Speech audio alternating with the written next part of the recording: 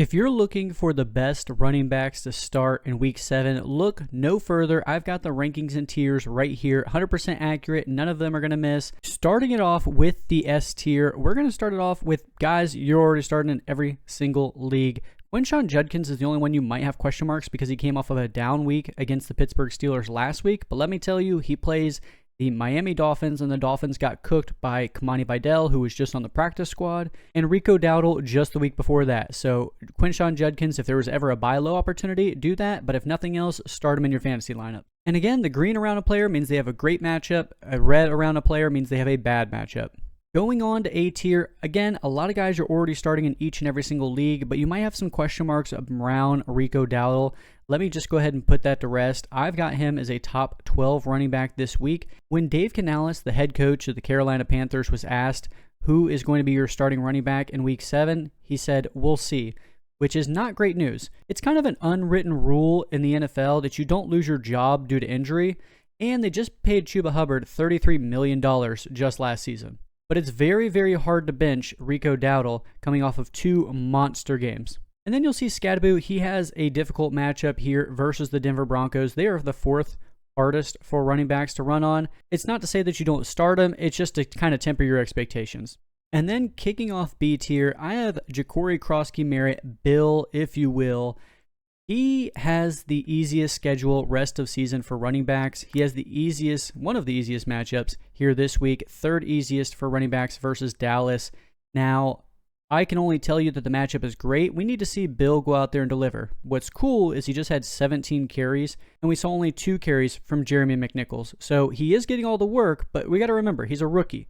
Even if the matchup is great, it doesn't mean he's going to go in there and just demolish. J.K. Dobbins versus the New York Giants. Perfectly fine starting J.K. Dobbins. Again, I know he had a bad week, but before that, he had a touchdown in every single game or 100 yards. So J.K. Dobbins is still going out there and being one of my top running back 2s.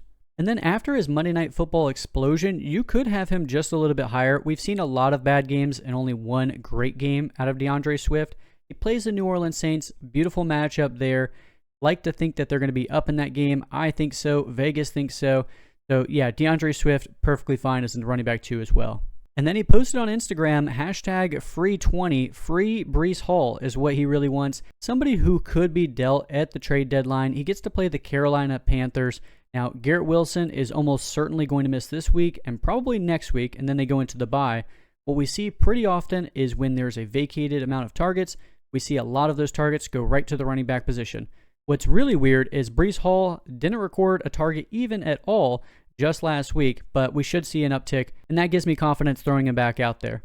Jaylen Warren versus the Cincinnati Bengals. Now, this is the easiest matchup for the running backs. This is the highest you've seen Jaylen Warren so far on the season in my rankings. Yeah, Jaylen Warren was on a lot of benches, maybe in your flex spot on weeks. Go ahead and confidently throw him out there as a running back too. And I was tooting my horn for Kamani Vidal, and he delivered. He delivered in a very big way. Again, playing the Miami Dolphins, so we do have to remember that. But he does play the Colts. It's not a horrible matchup, but again, not great matchup there either. Expecting a lot of pass volume here. This game should be very close, so Kamani Vidal is going to be a strong start this week. Now, if you want volume, look no further. I've got Rachaad White versus the Detroit Lions. Lions are 6th hardest against running backs. Again, we're talking about vacated targets. We're going to have no Emeka Egbuka, already no Chris Godwin, no Bucky Irving, basically no one, maybe Mike Evans, but Rachaad White should get a good, healthy amount of volume in this game, both on the ground and through the air.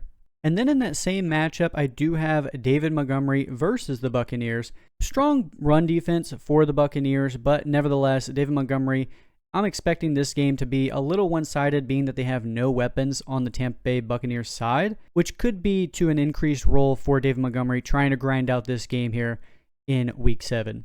And then a lot of people were thinking this guy was going to be traded, possibly still could be, but the rumors have been shut down at least for right now. Alvin Kamara versus the Bears. The Bears are the 6th easiest matchup for running backs. We'd love to see a lot less Kendre Miller, but Kendre Miller, you'll see him a little bit later in the tier list. He's a fine play as well, given the matchup. Next up, I have Jordan Mason coming out of the bye versus the Philadelphia Eagles. So not a great matchup, but still no Aaron Jones at the moment, so it should be all Jordan Mason. Now let's talk about a guy who's had 2 down weeks and possibly a 3rd down week here. Travis Etienne versus the Rams. The Rams are the 3rd hardest matchup for running backs. I know we saw a little bit of Derrick Henry just last week go pretty hard after the Rams. You're really hoping for an explosive play from Travis Etienne, maybe some of the passing game. A lot of that stuff just hasn't been there over these past couple weeks. But again, the good news is he's getting volume, and volume is king. And if we're speaking about volume, we got to talk about Chase Brown. He plays the Pittsburgh Steelers, who I talked about Quinshon Judkins earlier. They got shut down in the run game. Again, a big volume play. I'm not expecting much in what they've called the Icy Hot Bowl because it's Joe Flacco and Aaron Rodgers. But if you want volume on a struggling offense, then look no further. Now this next tier, Tier D, kicking it off with the Patriots. Travion Henderson, Ramondre Stevenson versus the Tennessee Titans. Now the matchup is juicy. Tennessee Titans allow the 4th most fantasy points to running backs. And while Ramondre is the starter, and we all see that by him playing an exorbitant amount of snaps and getting more carries, he's just not doing really anything with them. So if you tell me I've got a good matchup for running backs on the ground, and I've got an explosive running back in Travion Henderson, give me that over the person who's been plotting and plotting and plotting, but not getting really anything done outside of falling into the end zone. And yes, I'm playing Travion Henderson over Kenneth Walker. Kenneth Walker comes in next versus the Houston Texans. The Texans are very strong against the run. They're not a top 6 run defense, but they're still a strong defense nonetheless. And we've seen a split backfield between Kenneth Walker and Zach Charbonnet. It's just been really disappointing, really disgusting outside of explosive plays, which he still has. He's very talented, but the way that they're deploying those two guys just isn't working for fantasy football. And next up, I have Isaiah Pacheco versus the Las Vegas Raiders.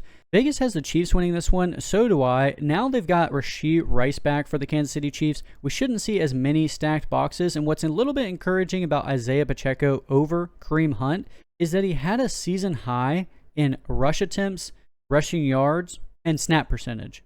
Now, it still doesn't give me a lot of confidence to play him, but it is nice seeing him get more work into the offense, and now the offense is going to be taking a step forward that they have Rashee Rice back from suspension. And I talked about this guy just a little while ago when I talked about Rico Dowdle, Chuba Hubbard versus the New York Jets.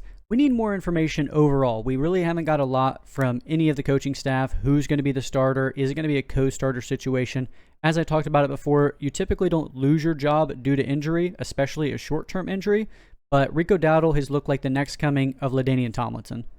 Now, once the news breaks on who the starter is or what the situation actually unfolds to be, I'll be moving him around in my rankings. So he's probably not going to be staying here. Could go up just a little bit. Probably not going to be going down at all. But there's a link in my bio. You can go ahead and click that. You can see my rankings, and they're always up to date.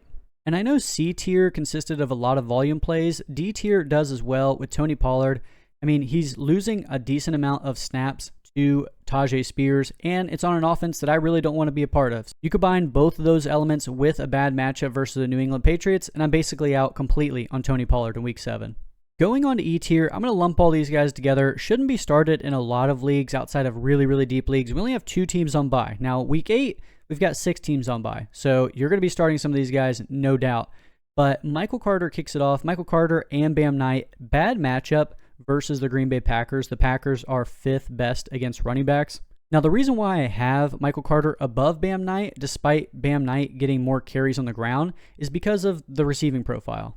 I want the running back who's going to have to be catching the football in a comeback versus the Packers, which is how Vegas is profiling that game to end up. Again, Woody Marks, he's perfectly fine to be starting. They are underdogs, and the Seahawks are favored. They're 5th in points per game, so we could see some of the pass catching work from Woody Marks.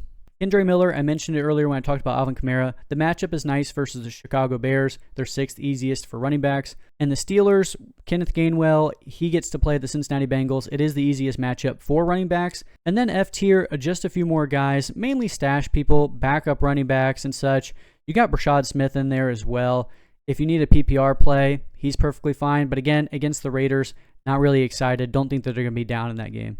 And that's it for Week 7 running backs, rankings, and tiers. If you haven't already, hit the subscribe button, turn on notifications so you know when I go live. And I go live each and every single day.